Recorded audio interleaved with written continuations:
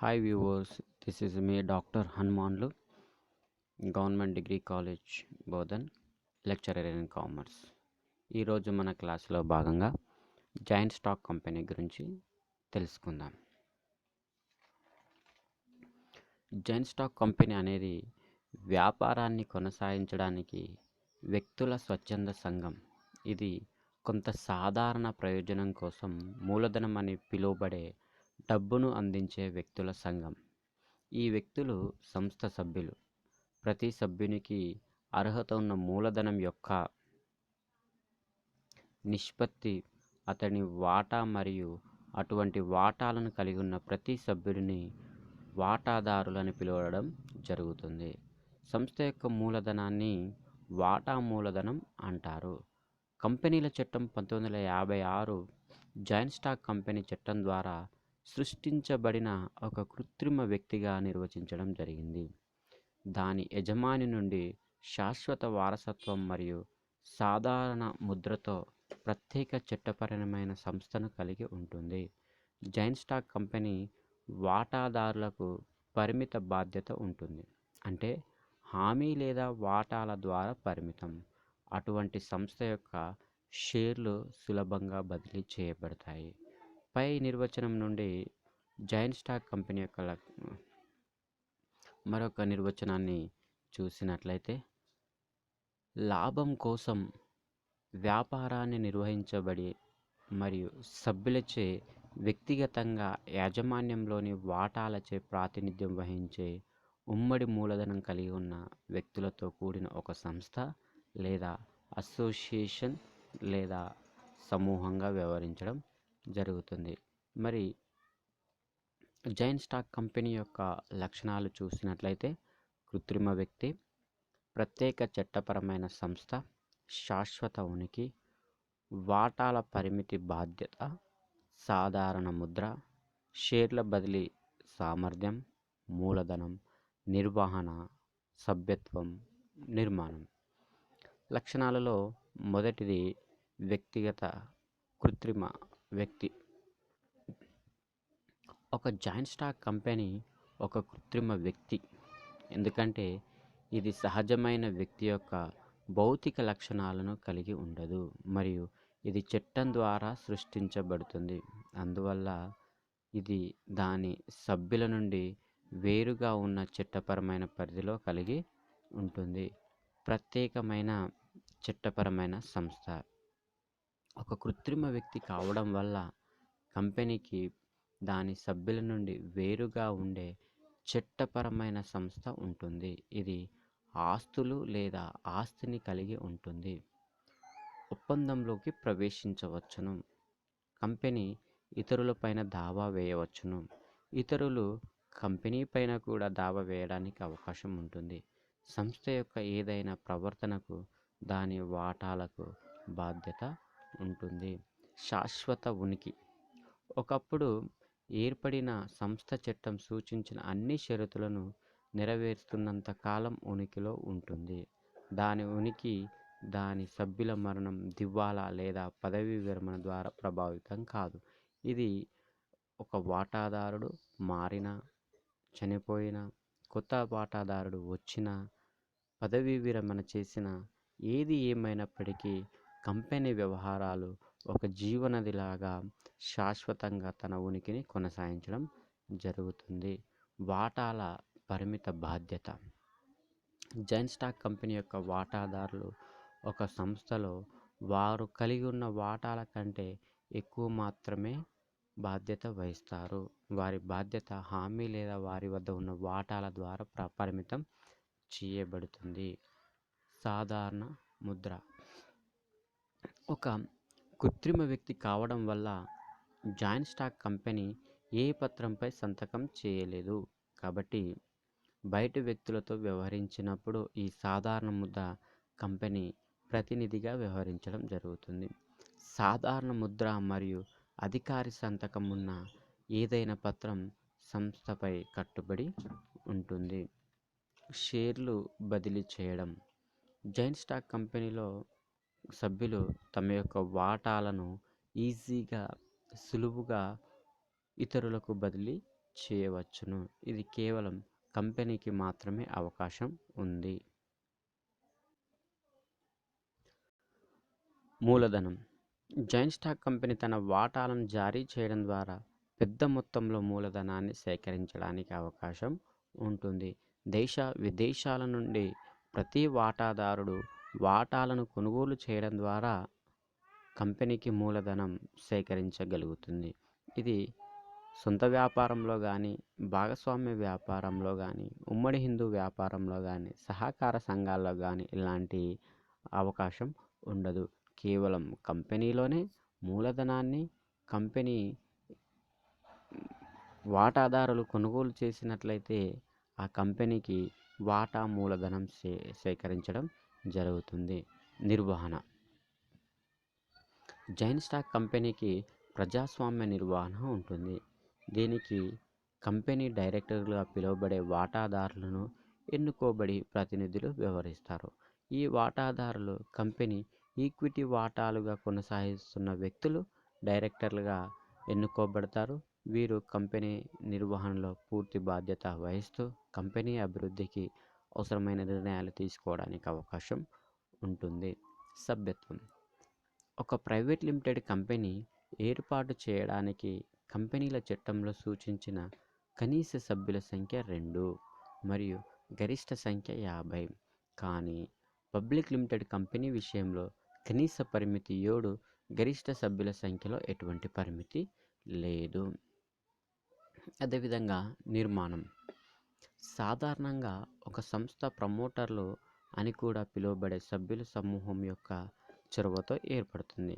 కానీ కంపెనీల చట్టం 1956లో సూచించిన అన్ని ఫార్మాలిటీని పూర్తి చేసిన తర్వాత ఇది ఉనికిలోకి వస్తుంది. అదేవిధంగా జాయింట్ స్టాక్ కంపెనీ యొక్క ప్రయోజనాలు చూసినట్లయితే పరిమిత బాధ్యత, పెద్ద మూలధనం, మంచి నిర్వహణ, షేర్ల బదిలీ, స్థిరత్వం, విస్తరణ సౌలభ్యం, ప్రజల విశ్వాసం. ఇవి జాయింట్ స్టాక్ కంపెనీ యొక్క ప్రయోజనాలు. మొదటిది పరిమిత బాధ్యత. వాటాదారుల బాధ్యత వారు వ్యాపారంలో పెట్టుబడి పెట్టిన మొత్తానికి పరిమితం. దివాలా విషయంలో వారి వ్యక్తిగత ఆస్తి సురక్షితంగా ఉంటుందని అర్థం. ఈ ప్రయోజనం పెద్ద సంఖ్యలో పెట్టుబడిదారులను వ్యాపారంలో పెట్టుబడులు పెట్టడానికి ప్రోత్సహిస్తుంది. మూలధనం. పబ్లిక్ లిమిటెడ్ కంపెనీలో వాటాదారుల పరిమితి లేదు. ఈ ప్రయోజనం సంస్థ పెద్ద సంఖ్యలో వాటాదారుల నుండి భారీ మొత్తంలో మూలధనాన్ని సేకరించడానికి సహాయపడుతుంది. ఇంకా సంస్థ ప్రజలకు డిబెంచర్ ద్వారా పెద్ద మొత్తంలో మూలధనాన్ని సమీకరించగలదు. మంచి నిర్వహణ. సంస్థ యాజమాన్యం దాని నిర్వహణ నుండి వేరు చేయబడుతుంది. సంస్థ నిర్వహణలో యజమానులు లేదా వాటాదారులు పాల్గొనలేరు. సంస్థను వాటాదారులచే ఎన్నుకోబడిన బోర్డు డైరెక్టర్లు నిర్వహిస్తారు. సంస్థ నిర్వహణ కోసం డైరెక్టర్లు అనుభవజ్ఞులైన మరియు అర్హత గల సిబ్బందిని తీసుకుంటారు. సమర్థవంతమైన నిర్వహణ సంస్థ హేతుబద్ధమైన నిర్ణయాలు తీసుకోవడానికి సహాయపడుతుంది మరియు సంస్థకు మంచి ఫలితాలను ఇవ్వగలదు. షేర్ల బదిలీ. సంస్థ యొక్క వాటాలను సులభంగా బదిలీ చేయబడతాయి. వాటాదారుడు స్టాక్ ఎక్స్చేంజ్లో ఎప్పుడైనా తన వాటాలను అమ్మడం ద్వారా తన హోల్డింగ్ను నగదుగా మార్చవచ్చు. ఇది పెట్టుబడి యొక్క లిక్విడేషన్ను తెలుపుతుంది. స్థిరత్వం. ఏకైక యాజమాన్యం మరియు భాగస్వామ్యంతో పోలిస్తే సంస్థకు దీర్ఘకాలంగా ఉంటుంది. ఇది వాటాదారుల నుండి మరణం, పదవీ విరమణ, పిచ్చి, మతి స్థిమితం లేదా దివాలాపై ఆధారపడి ఉండదు. యాజమాన్యం మరియు నిర్వహణ యొక్క మార్పు వ్యాపారం యొక్క కొనసాగించుటకు ప్రభావితం చేయబడుతుంది. నిర్వహణ సౌలభ్యం. వాటాలు మరియు డిబెంచర్లను జారీ చేయడం ద్వారా కొత్త ప్రాజెక్టులకు ఆర్థిక సహాయం చేయడానికి ఒక సంస్థకు అపరిమిత అవకాశాలు ఉన్నాయి. భవిష్యత్ విస్తరణకు ఉపయోగపడే రిజర్వుకు దాని లాభం యొక్క భాగాన్ని కూడా బదిలీ చేయవచ్చును. ప్రజల విశ్వాసం.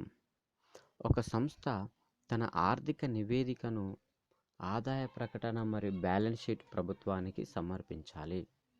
ఖాతాలను లోపాలు మరియు మోసాల నుండి విముక్తి కలిగించడానికి చార్టెడ్ అకౌంటెంట్ల ఖాతాను ఆడిట్ చేస్తారు. ఇది సంస్థ ప్రజల విశ్వాసాన్ని ఆస్వాదించడానికి వీలు కల్పిస్తుంది. అదేవిధంగా జైంట్ స్టాక్ కంపెనీ యొక్క మనం పరిమితులు చూసినట్లయితే నిర్మాణంలో ఇబ్బంది. సొంత వ్యాపారం మరియు భాగస్వామ్యం కంటే సంస్థ ఏర్పడడం చాలా కష్టం. స్థాపన సమయంలో ఇది చాలా లాంఛనాలు చేయాలి. ఇది రిజిస్ట్రేషన్ సర్టిఫికేట్, ప్రారంభ ధృవీకరణ పత్రం, మెమోరాండం మరియు అసోసియేషన్ మరియు ప్రాస్పెక్ట్స్ మొదలైన కథనాలను సిద్ధం చేయాల్సి ఉంటుంది. సంస్థ వాటా ధృవీకరణ పత్రాలను ముద్రించి ప్రకటనల ద్వారా తన ప్రాక్టీస్ను ప్రచురించాలి. పన్ను. సంస్థ యొక్క ఆదాయానికి ద్వంద్వ పన్ను ఉంటుంది. మొదట సంస్థ సంపాదించిన లాభం, రెండవది వాటాదారులు సంపాదించిన డివిడెండ్ ఆధారంగా సంస్థ దాని రూపంలో చెల్లించే డివిడెండ్ పన్ను చెల్లించాల్సి ఉంటుంది. రహస్యం లేకపోవడం. ఒక సంస్థ తన ఆర్థిక స్థితిగతులను గోప్యతను కొనసాగించదు. ప్రతి సంవత్సరం ఆర్థిక ప్రకటనలు దేశంలో వాటాదారులు, రిజిస్టర్ బ్యాంకర్లు మరియు స్టాక్ ఎక్స్చేంజ్లో పంపిణీ చేయబడతాయి. ఈ బహిర్గతం పోటీదారులకు ఆందోళన యొక్క బలమైన మరియు బలహీనతను అంశాలను తెలుసుకోవడానికి సహాయపడుతుంది. మరోవైపు ఏకస్వామ్య యాజమాన్యం మరియు భాగస్వామ్యంలో గోప్యత కొనసాగించవచ్చును, కానీ కంపెనీలలో గోప్యతను కొనసాగించడానికి అవకాశం లేదు. క్రెడిట్ స్టాండింగ్ లేకపోవడం. పరిమిత బాధ్యత కారణంగా కంపెనీ అధిక క్రెడిట్ సౌకర్యాన్ని ఆస్వాదించదు. అప్పులు తీర్చడానికి ఆస్తులు సరిపోకపోతే వాటాదారుడి వ్యక్తిగత ఆస్తిని ఉపయోగించలేరు. విలోమంగా ఏకైక యజమాని మరియు భాగస్వామ్యం అపరిమిత బాధ్యత కారణంగా అధిక క్రెడిట్ స్థితిని పొందుతుంది. వ్యక్తిగత ఆస్తి లేకపోవడం. కంపెనీలో వాటాదారులు వ్యాపార నిర్వహణలో పాల్గొనరు. సంస్థ తన ఉద్యోగులచే నిర్వహించబడుతుంది. వారు తమ జీతాలను సమర్థించుకోవడానికి తమకు కేటాయించిన పనుల మేరకు మాత్రమే ఆసక్తి చూపుతారు. ఏకైక యాజమాన్యంలో మరియు భాగస్వామ్య విషయంలో వారు సంస్థ యొక్క అభివృద్ధి కోసం వ్యక్తిగత ఆసక్తిని తీసుకుంటారు. ప్రభుత్వ నియంత్రణ. ఒక సంస్థ తప్పనిసరిగా రాష్ట్ర నియమ నిబంధనలకు లోబడి ఉండాలి. ఇది వివిధ నివేదికలు మరియు ప్రకటనలను ప్రభుత్వానికి సమర్పించాలి. ఇది రిజిస్ట్రేషన్ ఫీజు చెల్లించాలి. ఇది దాని రూపంపై విధించిన అన్ని పన్నులను చెల్లించాలి. పాటించనందుకు భారీ జరిమానాలను విధించబడుతుంది. కాబట్టి జైంట్ స్టాక్ కంపెనీ స్థాపించడం అంత సులువు కాదు అని తెలియచేయవచ్చును. అదేవిధంగా కంపెనీ రకాలను మనం చూసినట్లయితే సంస్థ యొక్క ఉనికి 16 మరియు 17 శతాబ్దాలలో రోమన్ సామ్రాజ్యం మరియు బ్రిటిష్ పాలన కాలం వరకు గుర్తించవచ్చు. జైంట్ స్టాక్ కంపెనీలు 17వ శతాబ్దంలో భారతదేశంలో ఉనికిలోకి వచ్చాయి. తర్వాత 1850లో మన దేశంలో మొదటి కంపెనీల చట్టం ఆమోదించబడింది మరియు పరిమిత బాధ్యత అనే భావన భారతదేశంలో మొదటిసారిగా 1957లో ప్రవేశపెట్టడం జరిగింది. అన్ని కంపెనీల వృద్ధి పారిశ్రామిక విప్లవం మరియు భౌగోళిక ఆవిష్కరణల నుండి ప్రపంచం ప్రాముఖ్యమైనది. Chartered East India Company joint stock కంపెనీలకి ఒక ఉదాహరణ. తర్వాత Chartered Bank of India, Chartered Bank of Australia. కంపెనీల చట్టం 1956లో ఖరారయ్యే వరకు భారీ పెట్టుబడులు మరియు పెద్ద ఎత్తున కార్యకలాపాలు కలిగిన అనేక కంపెనీలు అభివృద్ధి చెందాయి.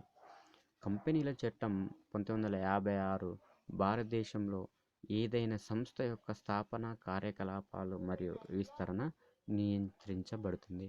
కంపెనీ రకాలలో మొదటిది చార్టెడ్ కంపెనీ, చట్టపరమైన కంపెనీలు, నమోదిత కంపెనీలు, బాధ్యత పరిమితి ఆధారంగా కంపెనీలు, ప్రైవేట్ కంపెనీలు, ప్రభుత్వ సంస్థలు, విదేశీ కంపెనీలు, హోల్డింగ్ కంపెనీలు, అనుబంధ సంస్థలు. దీంట్లో మొదటిది చార్టెడ్ కంపెనీలు. ఒక ప్రత్యేక చార్టెడ్ ద్వారా లేదా రాయల్ చార్టర్ను ఒక రాజు లేదా రాణి లేదా ఒక దేశ అధిపతి మంజూరు చేసినప్పుడు ఇది ఉనికిలోకి వస్తాయి. ఉదాహరణకి east India company, chartered Bank of Australia, China మొదలైనవి. ఇలాంటి కంపెనీలు ఈరోజు మన దేశంలో చాలా అరుదుగా ఉన్నాయి. ఇటువంటి రాయల్ చార్టెడ్ సంస్థను రాష్ట్ర పరిధిలో అనియంత్రణ కార్పొరేషన్ సామర్థ్యంలో అధికారం ఇస్తుంది. చట్టపరమైన కంపెనీలు పార్లమెంటులో ప్రత్యేక మరియు నిర్దిష్ట చట్టాలను ఆమోదించడం ద్వారా స్థాపించబడిన సంస్థలు ఇవి. జాతీయ ప్రయోజనంలో కొన్ని కంపెనీల పనిని నియంత్రించడానికి ఇది ప్రధానంగా జరుగుతుంది. Reserve Bank of India, Bank of India మరియు State Bank of India, Life Insurance Corporation, statutory కంపెనీలు మొదలైనవి వీటికి ఉదాహరణగా చెప్పవచ్చును. కంపెనీల చట్టం 1956 ప్రకారం భారతదేశంలో విలీనం చేయబడిన సంస్థలు ఇవి. కంపెనీల చట్టంలోని నిబంధనల ప్రకారం ఇవి కంపెనీల రిజిస్ట్రేషన్లో ఏర్పాటు నమోదు చేయబడతాయి. బాధ్యత పరిమితి ఆధారంగా ఈ సంస్థలను క్రింది 3 రకాలుగా వర్గీకరించవచ్చును. ఒకటి వాటాల ద్వారా పరిమితం చేయబడిన కంపెనీలు, హామీ ద్వారా పరిమితం చేయబడిన కంపెనీలు, పరిమిత కంపెనీలు, కంపెనీల షేర్ల ద్వారా పరిమితం. అటువంటి కంపెనీల వాటాలు దాని మూసివేసే సందర్భంలో కంపెనీ బాధ్యతలకు పరిమితిని పొందుతారు. వాటాలు చెల్లించని విలువ ఏదైనా ఉంటే మాత్రమే వాటా యొక్క పూర్తిగా చెల్లించిన విలువ కంటే ఎక్కువ చెల్లించమని వారిని అడగరు. కంపెనీలు హామీ ద్వారా పరిమితం చేయబడతాయి. వాటా మూలధనం లేని హామీ ద్వారా పరిమితం చేయబడిన కంపెనీలు, వాటా మూలధనం ఉన్న హామీ ద్వారా పరిమితం చేయబడిన కంపెనీలు. మరుపటి రకం విషయంలో సభ్యులు మెమోరాండమ్ ఆఫ్ అసోసియేషన్లో పేర్కొన్న విధంగా అంగీకరించిన మొత్తాలను మూసివేసే సమయంలో చెల్లించడానికి అంగీకరిస్తారు. తరువాతి రకానికి చెందిన సభ్యులు వాటా మూలధనం యొక్క చెల్లించని విలువ చెల్లించాల్సిన బాధ్యత కలిగి ఉంటారు మరియు అదనంగా కంపెనీ మూసివేసే సందర్భంలో వాటాలుగా మారేటప్పుడు వారు చెల్లించడానికి అంగీకరించిన హామీ మొత్తం. ఈ సంస్థలను గ్యారంటీ కంపెనీలు అని పిలుస్తారు మరియు సాధారణంగా కళ, క్రీడలు, విద్య, స్వచ్ఛంద సంస్థలు ప్రోత్సహించడానికి ఏర్పడతాయి. అపరిమిత కంపెనీలు. ఈ అపరిమిత కంపెనీలు చూసినట్లయితే ఇవి కంపెనీలు వీటిలో సభ్యులు మూసివేసినప్పుడు బాధ్యతపై పరిమితి లేదు. సంస్థ యొక్క బాహ్య బాధ్యతలను క్లియర్ చేయడానికి సంస్థ యొక్క ఆస్తులు సరిపోయే సంస్థ యొక్క బాధ్యతలను పరిష్కరించడానికి వాటాదారులు వారి వ్యక్తిగత ఆస్తుల నుంచి చెల్లించమని కోరవచ్చును. వాటాలు మరియు హామీల ద్వారా పరిమితం చేయబడిన సంస్థను 2 వర్గాలుగా వర్గీకరించవచ్చును. ప్రైవేట్ కంపెనీలు, ప్రభుత్వ కంపెనీలు. ప్రైవేట్ కంపెనీలు చూసినట్లయితే కంపెనీల చట్టం ప్రకారం ఒక ప్రైవేట్ కంపెనీ అయితే కనీసం 2 వ్యక్తులు ఏర్పడితే సరిపోతుంది. ఈ కంపెనీకి గరిష్ట సభ్యుల సంఖ్య 50 ఉంటే సరిపోతుంది. వాటాలు లేదా డిబెంచర్ల కోసం, సభ్యత్వాల కోసం ప్రజలకు ఆహ్వానించడానికి పరిమితి చేస్తుంది. వాటాల బదిలీని పరిమితం చేస్తుంది. ప్రభుత్వ సంస్థలు. కంపెనీల చట్టం పబ్లిక్ కంపెనీ ప్రత్యక్ష లేదా స్పష్టమైన నిర్వహణం ఇవ్వదు. ఒక ప్రైవేట్ కంపెనీ అనుసరించాల్సిన 3 ఆంక్షలను పాటించని అన్ని కంపెనీలు పబ్లిక్ కంపెనీలే అని పేర్కొంటుంది. అలాగే పబ్లిక్ కంపెనీ ప్రారంభించడానికి కనీసం 7 సభ్యులు కావాలి. మ్యాక్సిమం ఎంతమంది అయినా ఉండడానికి అవకాశం ఉంటుంది. పై పేర్కొన్న రకాల కంపెనీలతో పాటు ఈ క్రింది రకాలు కూడా చెప్పవచ్చును: ప్రభుత్వ కంపెనీలు, విదేశీ కంపెనీలు, హోల్డింగ్ కంపెనీలు, అనుబంధ కంపెనీలు. ఈ విధంగా కంపెనీల చట్టం 617 ఒక ప్రభుత్వ సంస్థను నిర్వహిస్తుంది. దీనిలో చెల్లింపు వాటా మూలధనం 51% కంటే ఎక్కువ కాదు. కేంద్రం లేదా రాష్ట్ర ప్రభుత్వం లేదా కొంతవరకు కేంద్రం మరియు రాష్ట్ర ప్రభుత్వాలు కలిగి ఉంటాయి. విదేశీ కంపెనీలు. విదేశీ కంపెనీలు దేశం వెలుపల విలీనం చేయబడిన సంస్థలు కాని భారతదేశంలోని ప్రదేశాలలో లావాదేవీలు కలిగి ఉంటాయి. ఈ కంపెనీలు భారతదేశంలో తమ కార్యకలాపాలకు సంబంధించిన వరకు భారత కంపెనీల చట్టం నిర్దేశించిన నిబంధనల ప్రకారం భారతదేశంలో వ్యాపార లావాదేవీలు చేయబడతాయి. హోల్డింగ్ కంపెనీలు. హోల్డింగ్ కంపెనీ అనేది మరొక సంస్థ యొక్క రిజిస్ట్రేషన్ క్యాపిటల్లో 51% కంటే ఎక్కువ కలిగి ఉన్న సంస్థలు.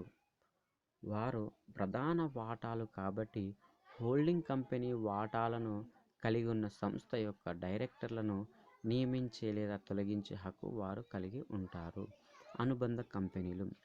అనుబంధ కంపెనీలు అంటే వాటాల మూలధనం యొక్క నామమాత్రపు విలువ 50% లేదా అంతకంటే ఎక్కువ వరకు మరో కంపెనీ వాటాలను కలిగి ఉన్నట్లయితే వీటిని సబ్సిడరీ కంపెనీలుగా వ్యవహరించడం జరుగుతుంది. మరి ఇప్పుడు వివిధ రకాల కంపెనీల గురించి తెలుసుకున్నాం. కానీ చాలా ముఖ్యమైనది కంపెనీలలో ప్రైవేట్ కంపెనీ, పబ్లిక్ కంపెనీ యొక్క తేడాలు. కంపెనీల చట్టం 2013 సంబంధిత నిబంధనలోని వివిధ నిబంధనల ప్రకారం ఒక ప్రైవేట్ కంపెనీ మరియు పబ్లిక్ కంపెనీ యొక్క తేడాలను క్రింది విధంగా తెలియచేయడం జరిగింది. కంపెనీల చట్టం 2013 దానిలో ఉన్న అంశాలను మనం చూసినట్లయితే అనేక నిబంధనలను ప్రైవేట్ కంపెనీలకు సడలింపు దూరంగా చేసింది. ప్రైవేట్ కంపెనీకి వర్తించదు అనే భావన 2013 చట్టంలో ఉనికిలో లేదు. 2013 కంపెనీల చట్టంలో ఇటువంటి చర్య ప్రైవేట్ కంపెనీలు అనుభవిస్తున్న కొన్ని హక్కులు తీసివేస్తుంది. అధికారాలు 2 రకాలు: ఒకటి దర్శకులకు మరియు వారి ఆసక్తి, మరియు రెండవది ప్రైవేట్ కంపెనీలకు మాత్రమే. డైరెక్టర్లు ఇప్పటి వరకు కొన్ని నిబంధనల యొక్క అనువర్తన నుండి కొంత ఆనందాన్ని పొందుతున్నారు. ఇంకా కంపెనీల చట్టం 2013 ప్రభుత్వ మరియు ప్రైవేట్ సంస్థలకు అంతర్గత ఆడిట్ కొన్ని కొత్త అవసరాలను తప్పనిసరి చేసింది. పబ్లిక్ లిమిటెడ్ కంపెనీ మరియు ప్రైవేట్ లిమిటెడ్ కంపెనీ చట్టం మధ్య 2013లో ఈ క్రింది వివిధ నిబంధనల యొక్క వర్తించడంలో కొన్ని ముఖ్యమైన అంశాలను చేర్చడం జరిగింది. అదే మొదటిగా మనం ప్రైవేట్ లిమిటెడ్ కంపెనీ, రెండవది public limited company. Private limited కంపెనీలో కనీస మూలధనం 1,00,000 షేర్లను బదిలీ చేయడానికి హక్కు పరిమితి చేయబడింది. అదే పబ్లిక్ లిమిటెడ్ కంపెనీలో కనీస మూలధనం పబ్లిక్ యొక్క 5 లక్షలు అనుబంధ సంస్థ పబ్లిక్గా పరిగణించబడుతుంది.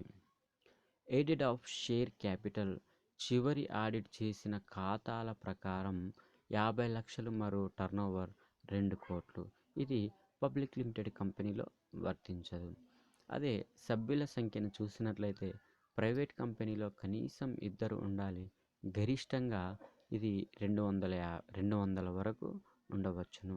అదే పబ్లిక్ లిమిటెడ్ కంపెనీలు అయితే కనీసం 7 ఉండాలి. గరిష్టంగా ఎంతైనా ఉండడానికి అవకాశం ఉంటుంది. కంపెనీ పేరు ప్రైవేట్ లిమిటెడ్ కంపెనీ అయితే చివర పదంగా ప్రైవేట్ లిమిటెడ్ అని రాయాలి.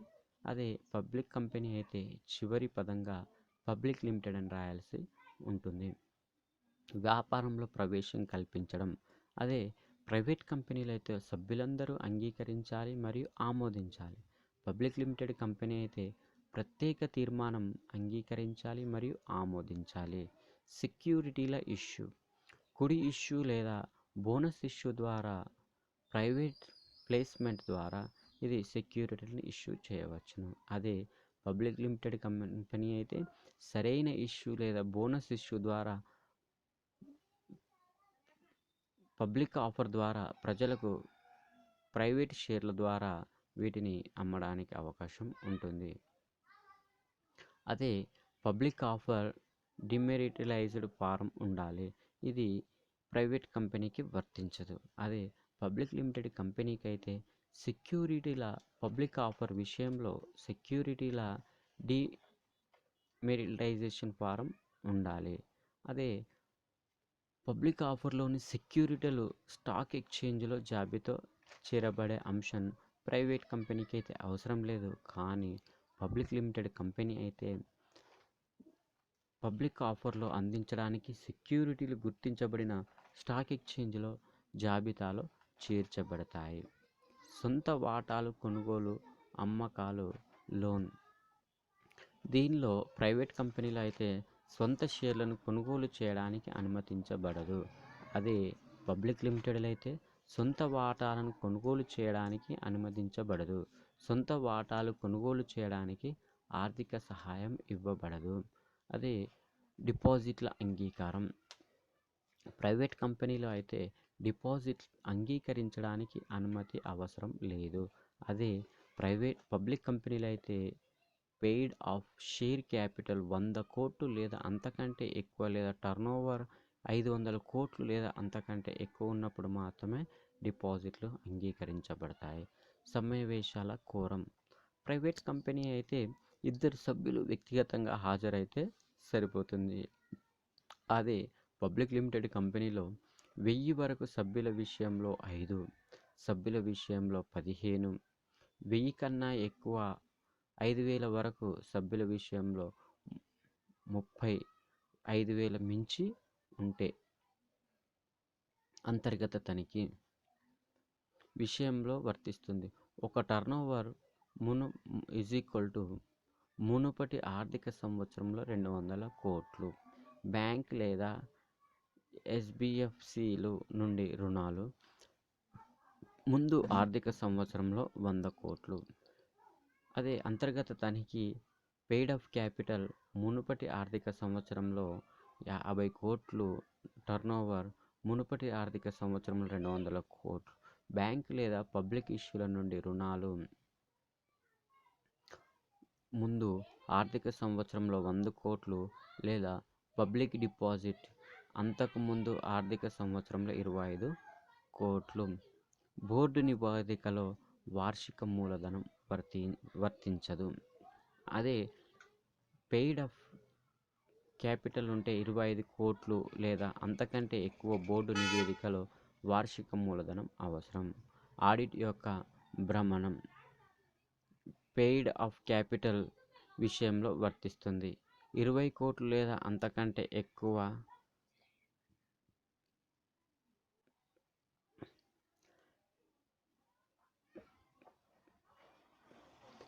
పెయిడ్ ఆఫ్ క్యాపిటల్లో వర్తిస్తుంది. 10 కోట్లు లేదా అంతకంటే ఎక్కువ.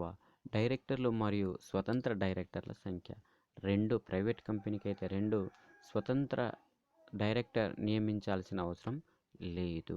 అదే పబ్లిక్ కంపెనీలో అయితే 3 మరియు లిస్టెడ్ కంపెనీ విషయంలో స్వతంత్ర డైరెక్టర్లుగా కనీసం 1/3 భ్రమణం లేదా పదవీ విరమణ డైరెక్టర్ నియామకం ఇక్కడ ప్రైవేట్ కంపెనీలో వర్తించదు. అదే పబ్లిక్ కంపెనీలో అయితే మొత్తం సంఖ్యలో కనీసం 3/2 డైరెక్టర్ల భ్రమణం ద్వారా విరమణ చేయవలసి ఉంటుంది మరియు ఈజీఎంలో తిరిగి నియమించడానికి అర్హతలు ఉండాల్సి ఉంటుంది. మేనేజింగ్ డైరెక్టర్, హోల్ టైమ్ డైరెక్టర్గా ఉపాధి ఒప్పందం అవసరం లేదు. ఇది తప్పనిసరి కాదు. ఆ కంపెనీ ప్రైవేట్ కంపెనీలో సభ్యులు ఒప్పుకుంటే సరిపోతుంది. ఇక్కడ పబ్లిక్ కంపెనీలో తప్పనిసరిగా ఉంటుంది. నిర్వాహక వేతనంపై పరిమితి. నిర్వాహక వేతనం మొత్తానికి పరిమితి లేదు. అదే పబ్లిక్ లిమిటెడ్ కంపెనీలతో నిర్వాహక వేతనం నికర లాభాలలో 11% షరతులకు లోబడి పరిమితం చేయబడుతుంది. కనీసం చెల్లించిన మూలధనాన్ని బట్టి 30 లక్షల రూపాయలకు ఉంటుంది. ఇక్కడ పబ్లిక్ లిమిటెడ్ కంపెనీలకు వర్తించే అనేక నిబంధనలు ఇప్పుడు ప్రైవేట్ లిమిటెడ్ కంపెనీలకు మరియు కంపెనీ యాక్ట్ 2013 ప్రకారం వర్తింపజేయబడ్డాయి. అయితే కొత్త కంపెనీల చట్టం 2013తో ప్రైవేట్ కంపెనీలు అనుభవిస్తున్న కొన్ని ప్రధాన ప్రయోజనాలు ఉపహరించబడ్డాయి. పరిమిత బాధ్యత భాగస్వామ్యాన్ని ప్రవేశపెట్టడంతో ఒక కొత్త రూపం ప్రవేశపెట్టబడింది. దీని ద్వారా ప్రైవేట్ పబ్లిక్ లిమిటెడ్ కంపెనీల విషయంలో లెక్కించబడిన చట్టబద్ధమైన లాంఛనాలతో ముడిపడి ఉండకుండా చట్టపరమైన సంస్థ యొక్క ప్రయోజనాలు పొందవచ్చును. నెక్స్ట్, కంపెనీ యొక్క ప్రమోటర్లు. దాన్ని మనం ప్రమోషన్గా వ్యవహరించడం జరుగుతుంది.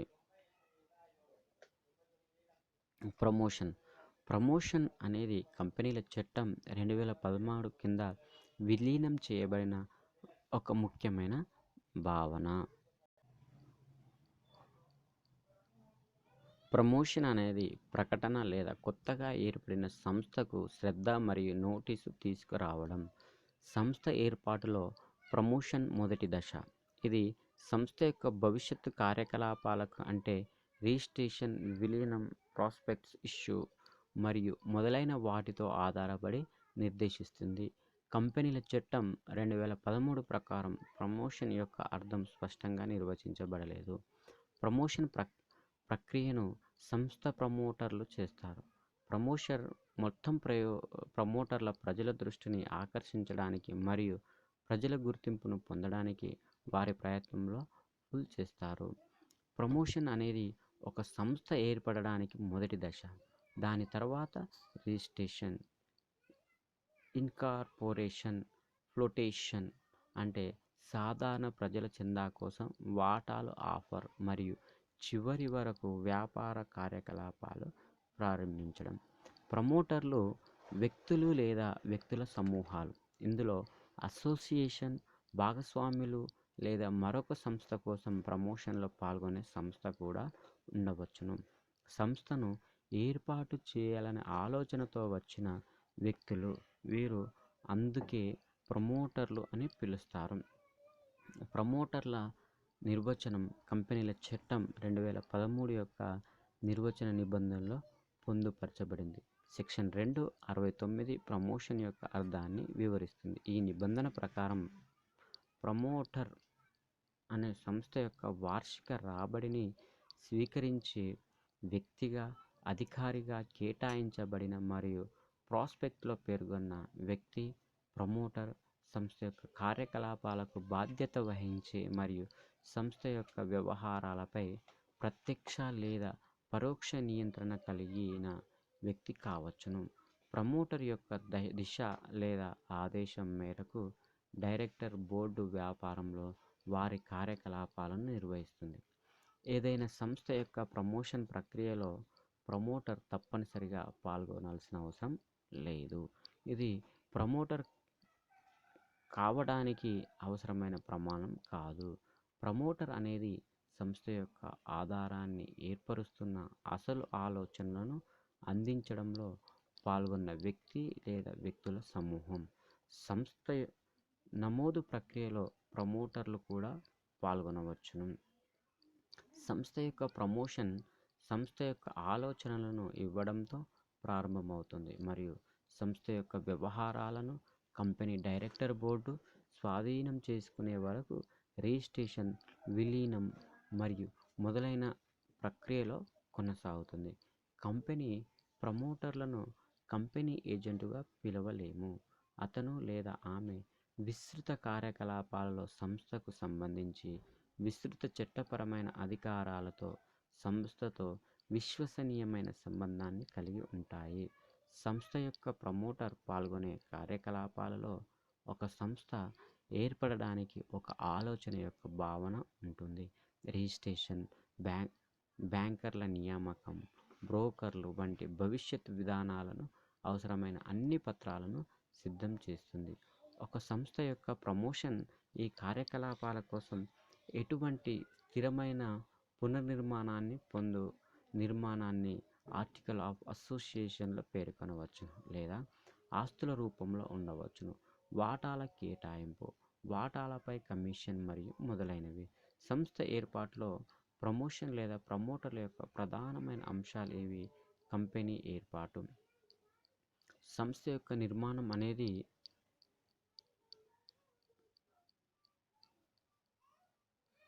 అనేక చట్టపరమైన ఫార్మాలిటీలు మరియు విధానాలను పూర్తి చేస్తుంది. సంస్థ ఏర్పడే ప్రక్రియ 4 దశలుగా విభజించవచ్చు. 1.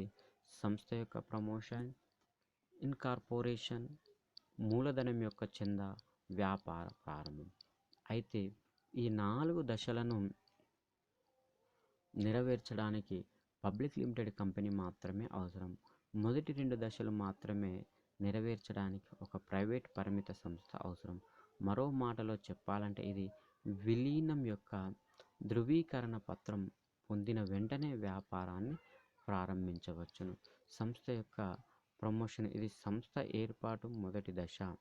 ఇది సంస్థలో లేదా వ్యక్తుల సమూహం భవిష్యత్ వ్యాపార అవకాశాన్ని గుర్తించి ఆలోచించడం లేదా సంస్థకు ఏర్పాటు చేయడంలో ఆచరణాత్మకమైన ఆకృతిని ఇవ్వడానికి చొరవ తీసుకోవడానికి ప్రారంభమవుతుంది.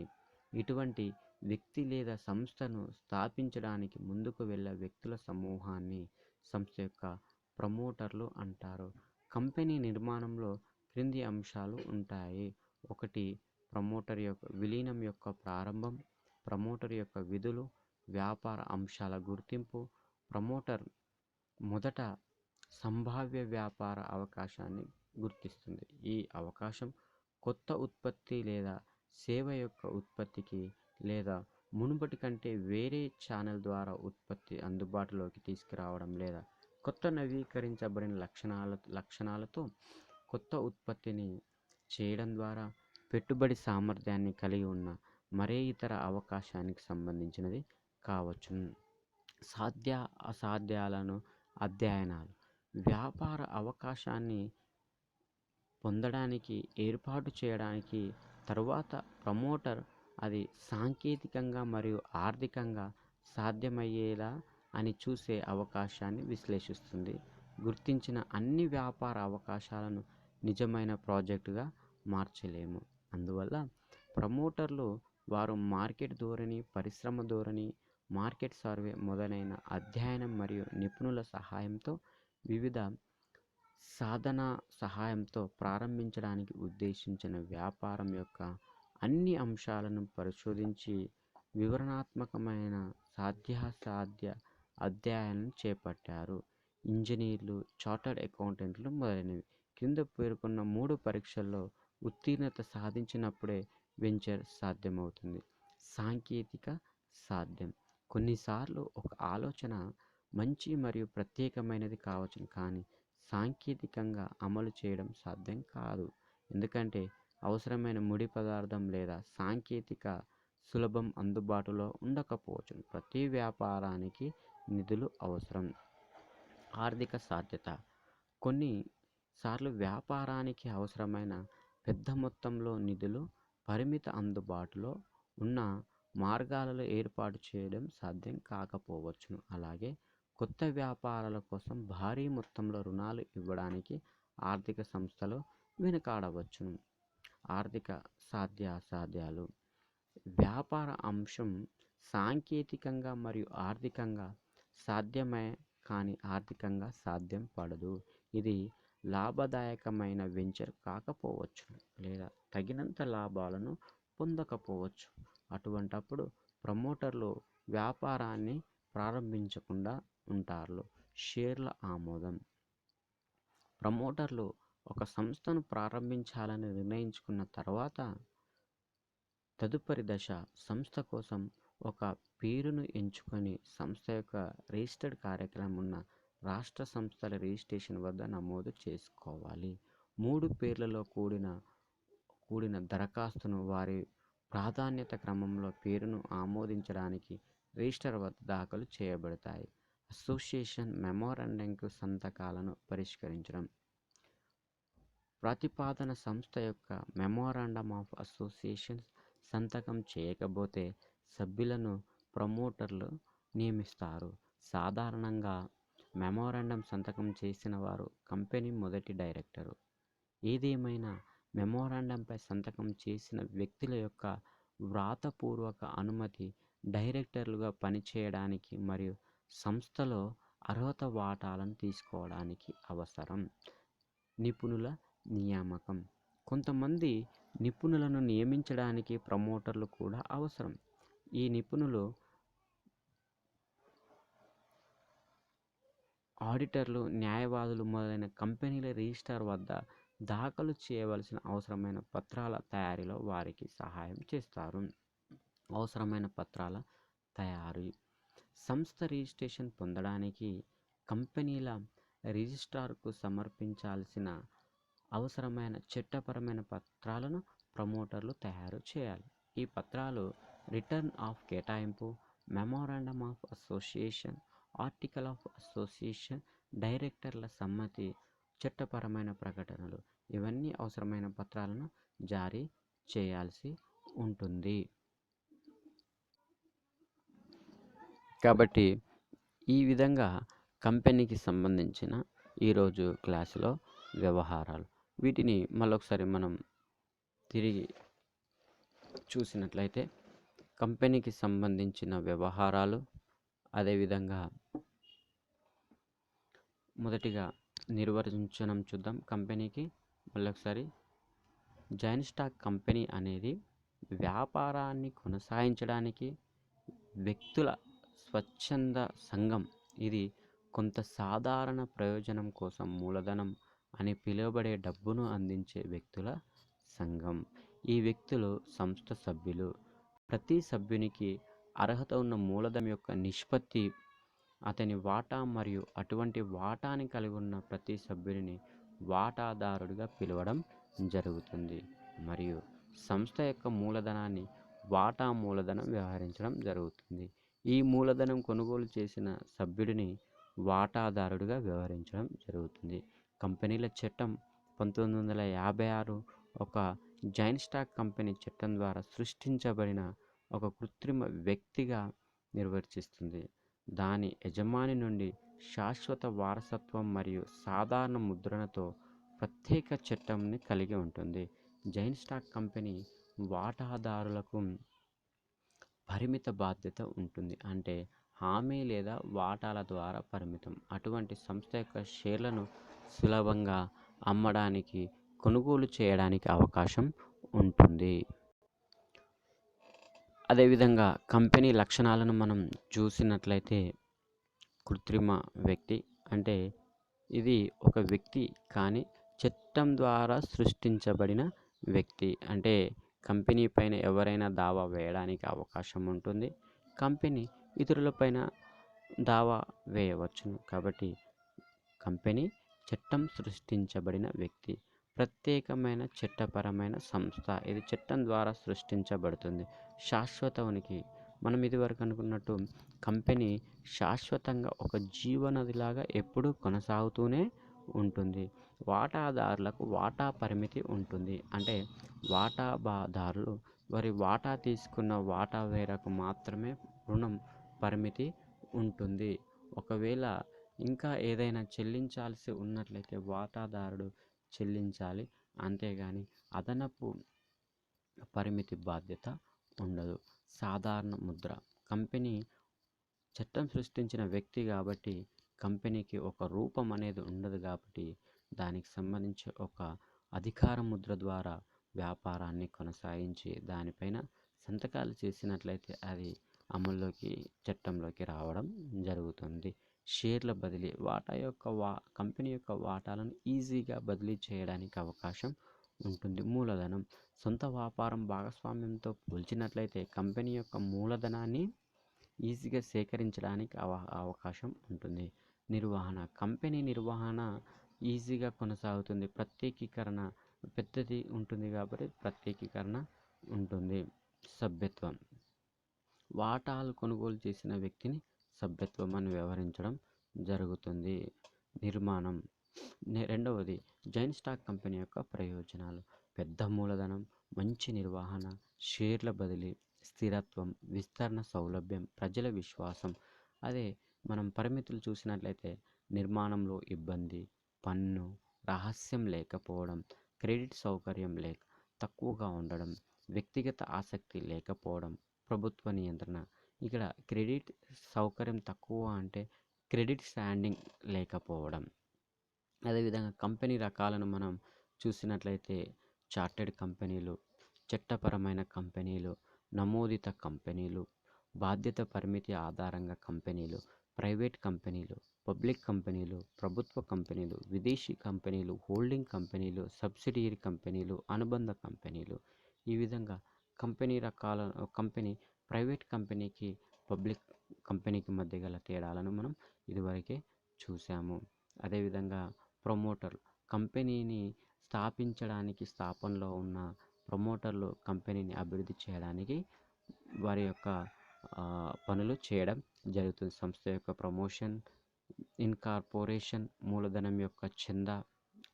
అదేవిధంగా ఈ 4 కంపెనీ అభివృద్ధి చేయడానికి సహకరించడం జరుగుతుంది. కాబట్టి వ్యాపార అభివృద్ధిలో చిన్నగా మూలధనం ఉన్నట్లయితే సొంత వ్యాపారం చూసుకోవాలి. ఇంకొంచెం అభివృద్ధి చెందాలి అంటే భాగస్వామ్య వ్యాపారాన్ని కొనసాగించాలి.